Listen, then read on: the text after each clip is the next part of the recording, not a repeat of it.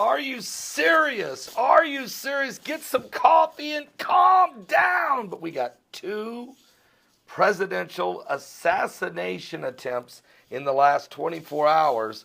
The Philippines president, who's been in a war of words with President Obama, there's been an explosion where 9 of his personnel have been severely injured. 7 of them were security guards, plus 2 soldiers injured in the result of an attempted assassination on President of the Philippines, Rodrigo Duterte. The politician himself was not injured. The device exploded before his arrival in the troubled region there in the Philippines of Marawi. Now, you know, he's taken on the drug lords. He's taken on the United States. He's taken on Obama. He's taken on a lot of folks, a lot of war of words. I haven't heard whether or not he's going to take on Trump, but this was a severely dangerous assassination attempt that has left 9 of his personnel severely wounded in a horrific explosion. Now, while that's going on in the Philippines, the Burundi president, his advisor is going to survive a major assassination attempt upon the president of Burundi. And this happened, his bodyguard,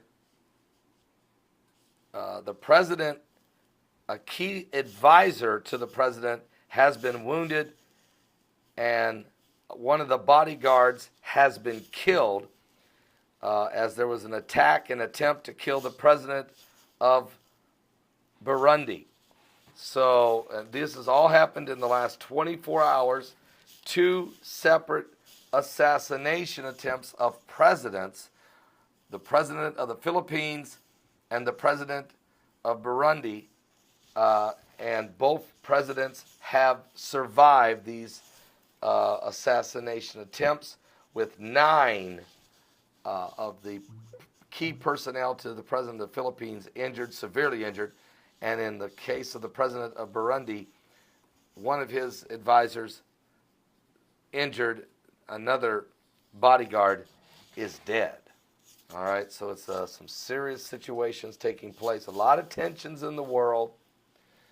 There's been a definite kingdom shift. Obama's leaving power, the most powerful man in the world. A new man's taking over, Donald J. Trump.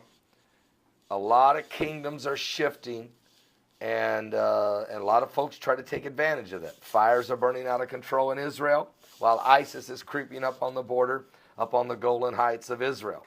And Israel had a confrontation, killing 4 ISIS members 2 days ago. While meanwhile, the hills of Judea and the surrounding areas of Israel are burning. Same thing in the United States. Wildfires burning out of control in Tennessee. We've already had them in North Carolina, South Carolina, Alabama, Georgia, Kentucky, all of it set by arsonists. I guarantee you the Gatlinburg, Tennessee area, the Smoky Mountains, I'll guarantee it's arsonists. I don't know yet, but I almost guarantee it. Meanwhile, Ohio State University, this guy that yesterday ran some students over with his car, then jumped out with a butcher knife and started stabbing, ended up injuring 11 people before he was shot dead on the scene. We have now found out that he was a Muslim immigrant from Somalia who on his Facebook page said he was going to do something dangerous, or somebody was going to do something. And we now learned his name. And you guys heard me say it. Let's find out his name. If I get his name, we might be able to start getting a motive. Well, we got his name. It's Abdul Razak Ali Artan.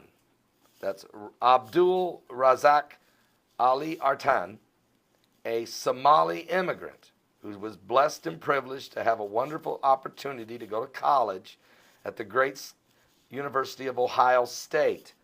And what did he do with his opportunity here in this wonderful nation of ours?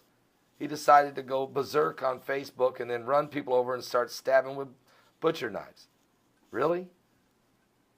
Leave these people in Somalia, please. Just shut it down, okay, till we get a handle on this thing. The visa system's out of control. Just shut it down. Get a handle on this thing. It's not hard. I'll be back with more current world events. Common sense, guys. Common sense. A little common sense wouldn't hurt.